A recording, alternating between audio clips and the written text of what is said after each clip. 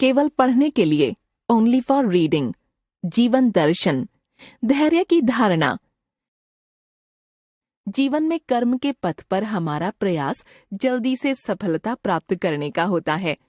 हालांकि इसमें अनेक रुकावटें आती हैं जो हमारे मनोबल को तोड़कर हमें असफलता की ओर धकेलती हैं।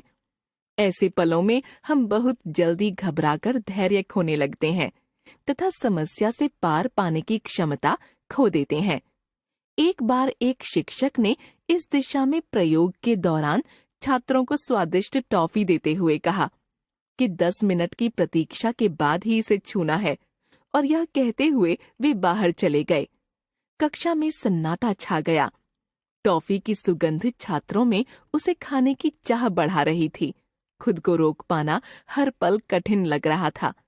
समय समाप्ति पर जब शिक्षक कक्षा में वापस लौटे तो पाया कि केवल 7 ऐसे छात्र थे जिन्होंने टॉफी को छुआ तक न था।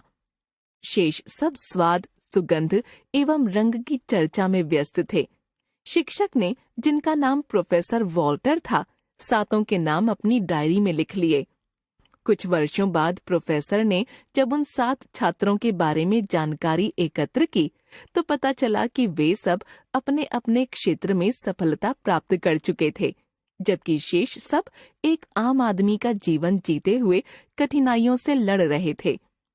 अब प्रोफेसर वॉल्टर ने जो निष्कर्ष निकाला वह अद्भुत था, और वह यह कि जो आदमी अपने जीवन में 10 मिनट तक भी धैर्य नहीं रख सकता, वह कभी आगे नहीं बढ़ सकता। इस शोध को मार्शमैलो थ्योरी के नाम से शोहरत प्राप्त हुई, क्योंकि प्रोफेसर वॉल्टर ने छात्रों को जो टॉफी दी थी उसका नाम मार्शमैलो था। बात का निष्कर्ष मात्र इतना है कि धैर्य का गुण आदमी के सहन करने की सीमा को सहन शक्ति में परिवर्तित कर देता है, जिसके कारण वह कठिन से कठिन परिस्थिति में भी निराश या विचलित नहीं होते हुए एक असाधारण व्यक्तित्व बन जाता है।